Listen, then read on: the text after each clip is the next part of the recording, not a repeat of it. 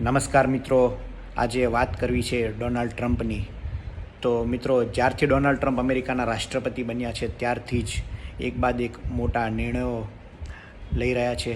તાજેતરમાં જ ટેરિફનો મુદ્દો ખૂબ ચર્ચામાં છે.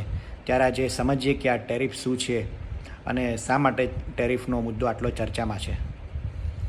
તો મિત્રો, ટેરિફ એ કોઈપણ દેશમાંથી આપણે અન્ય દેશમાંથી કોઈ વસ્તુની આયાત કરીએ તેના પર લાગતો એક ટેક્સ છે.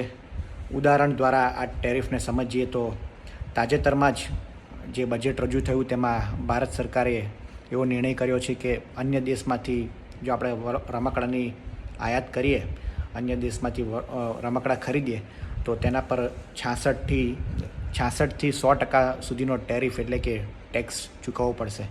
એનો મતલબ એ છે કે વિદેશી રમકડા બનાવતી કંપનીઓને જો ભારતમાં વેપાર કરવો હશે તો તેમને વધુ ટેક્સ ચૂકવવો પડશે. ટેરિફ એ સરકાર માટે અસરકારક સાધન છે. સ્થાનિક ઉદ્યોગોને અને સ્થાનિક વેપારીઓને પ્રોત્સાહન આપવા માટેનું આ સાધન છે. Make in India, vocal for local જેવા સૂત્રો આ ટેરિફથી સાકાર થઈ શકે છે. હવે વાત કરીએ અમેરિકાના રાષ્ટ્રપતિ ડોનાલ્ડ ટ્રમ્પની. તો મિત્રો, છેલ્લા ઘણા સમયથી બ્રિક્સ દેશો એવી ચર્ચા કરી રહ્યા છે કે આપણે ડોલરના સ્થાને અન્ય કરન્સી, આંતરરાષ્ટ્રીય સ્તરે વેપાર કરવા માટે અન્ય કરન્સી લાવીએ. એટલે કે આંતરરાષ્ટ્રીય સ્તરે અત્યારે જે ડોલરમાં વેપાર થઈ રહ્યો છે તેના સ્થાને અન્ય કરન્સીમાં વેપાર કરવામાં આવે. ત્યારે આ વાતથી ડોનાલ્ડ ટ્રમ્પ અકળાઈ ગયા છે અને તેમણે એક નિવેદન આપતા એવું કહ્યું છે કે જો બ્રિક્સ દેશો આવું પગલું લેશે તો બ્રિક્સ દેશો વિરુદ્ધ અમેરિકા 150% સુધીનો ટેરિફ લાદી શકે છે અને બ્રિક્સ દેશો સાથે વેપાર પણ ઓછો કરી શકે છે. ડોનાલ્ડ ટ્રમ્પે કહ્યું છે કે ચીન પોતાની જ કરન્સી એટલે કે યુઆનમાં વેપાર કરવા માટે અન્ય દેશોને દબાણ કરી રહ્યું છે. ચીનના આ નિર્ણયથી અમેરિકાના પૂર્વ રાષ્ટ્રપતિ એટલે કે જો બાઇડન નિષ્ક્રિય હતા અને તેઓ આ મુદ્દે કશું બોલતા ન હતા.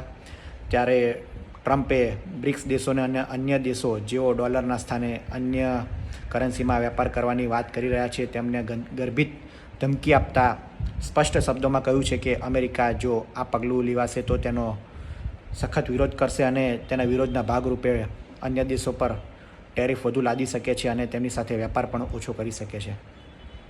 ટ્રમ્પના આ નિવેદન બાદ બ્રિક્સ દેશોમાં સન્નાટો આપ્યો છે અને ક્યાંક ને ક્યાંક બ્રિક્સના દેશો વિખેરાઈ ગયા હોય તેવું લાગી રહ્યું છે. આ મુદ્દે ભારતનું સ્ટેન્ડ શું હશે તે હવે આપણે જોવું રહ્યું.